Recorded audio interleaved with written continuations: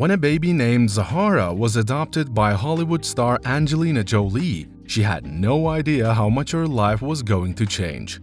Today we're going to dive into what she looks like now.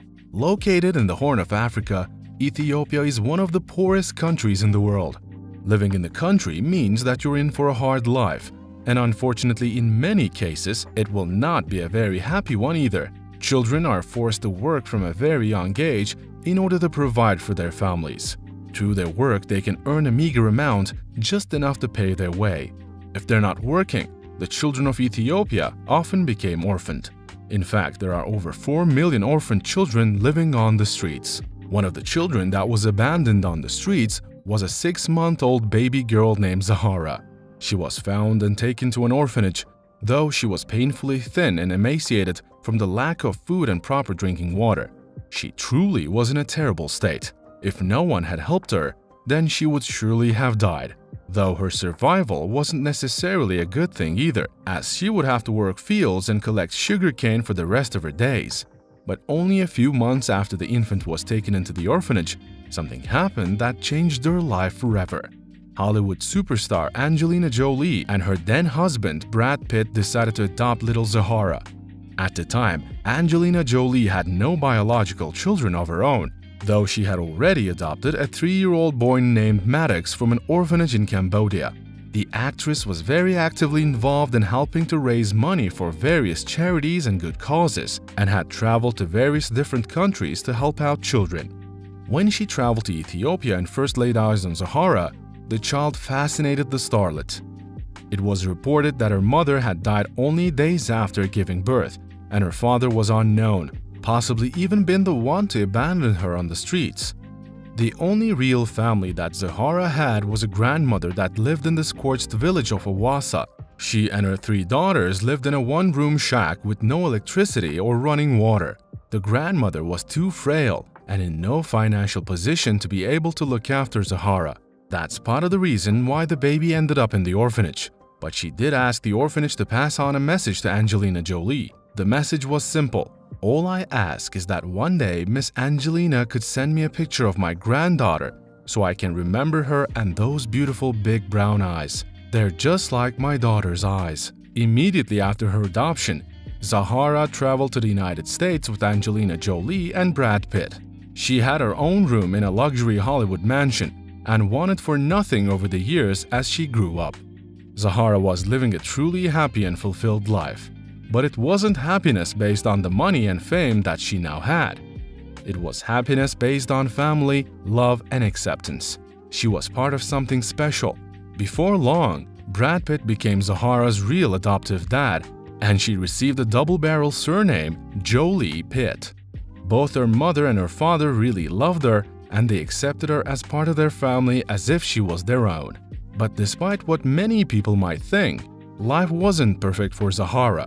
Because she was the daughter of the 2 most highly profile and famous people in all of Hollywood, there were constantly paparazzi following her and taking photos of her, trying to dig up some new kind of news story for the tabloid press.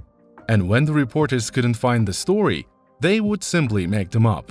One such fabricated story was that Angelina Jolie and Brad Pitt were wanting to return Zahara back to Ethiopia, and that they were taking advantage of the girl due to the extreme poverty of her home nation and family. This couldn't have been further from the truth, but that didn't matter to the press. They never let the truth get in the way of a good story. These kinds of stories were hurtful to not only Zahara, but also Angelina and Brad. But reporters did find one interesting fact out though. Zahara's real mother was alive. She told her story saying that she had become pregnant against her will when a man forced himself upon her. When he attacked her, she was powerless to resist. When she gave birth, she abandoned Zahara as having a child in such a way was seen as taboo in Ethiopia. She had no choice if she didn't want to be shunned or cast out by her friends and family. The woman will be seen as a disgrace, and the criminal who forced himself on her would have gotten away with it. So the best course of action was for her to get rid of Zahara and keep quiet about the whole thing. Speaking about her daughter, Zahara's mother said, "I've never disputed the adoption of my baby by Angelina Jolie. I think my daughter is a very fortunate human being to be adopted by a world-famous lady. I wish them both all the success they deserve.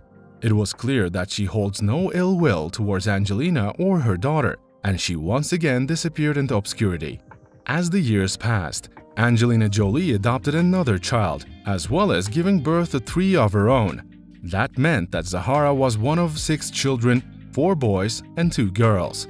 They all got on fantastically well, and their family unit was a strong and loving one. Despite their physical differences, all of the children got on as if they were biological brothers and sisters. But when Zahara was 12 years old, her biological mother once again reared her head, asking to see and talk to her daughter. Unfortunately, Zahara didn't see her as a mother at all. Yes, she might have given birth to her, but it was Angelina that had raised her and brought her up into the strong and beautiful woman that she was. Still, one of the core things that Angelina instilled into all of her children was compassion and empathy. To be able to put yourself into other people's shoes and feel what other people are feeling. That's why Zahara finally caved and agreed to travel to Ethiopia. But it wasn't to meet her biological mother.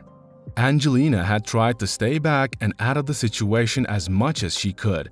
But she put her foot down when it came to Zahara's biological mother wanting to worm her way back into her daughter's life. Neither Angelina nor Zahara could be sure of her intentions, and neither of them knew if she wanted to make honest amends or whether she was capitalizing on the fame and fortune of her biological daughter. On the trip, Zahara had the opportunity to meet with Ethiopia's first ever female president. Discussing the country's culture and history, as well as some of the pitfalls, Zahara was in a unique position where she might be able to make a real change in the country, all thanks to being adopted by the Hollywood A-listers. Nowadays, Zahara is one of the most unremarkable people in Hollywood. And that's not a bad thing. She hasn't been at the center of any scandal, she hasn't gotten into any trouble or been picked up by the police, and she hasn't drawn any negative attention to her at all. She truly did keep things as low-key as possible. She still keeps busy though, creating and managing her own line of jewelry, as well as doing some voice acting in several big-budget movies. And on top of all that, Zahara has become a beautiful and classy woman who finds time to help her mother with her social and outreach work, assisting charities and foundations in any way that she can. But her work doesn't even end there. As Zahara is also studying at the prestigious Spelman College in Atlanta, it's no wonder that Angelina is so proud of her beautiful adopted daughter. Any mother would be. Of course, people still criticize Angelina Jolie for adopting a child from Ethiopia. But you only have to look at how much Zahara's life has been improved to understand that it was the best thing that could have ever happened to her. So now it's over to you. What did you think of this incredible and moving story? Would you have had the kindness of heart to adopt Zahara if you were able? And how would you have felt if you were in Zahara's position, going from a life of extreme poverty to one that of luxury? As always, we'd love to hear from you, so be sure to leave your thoughts and opinions in the comments section down below. See you next time.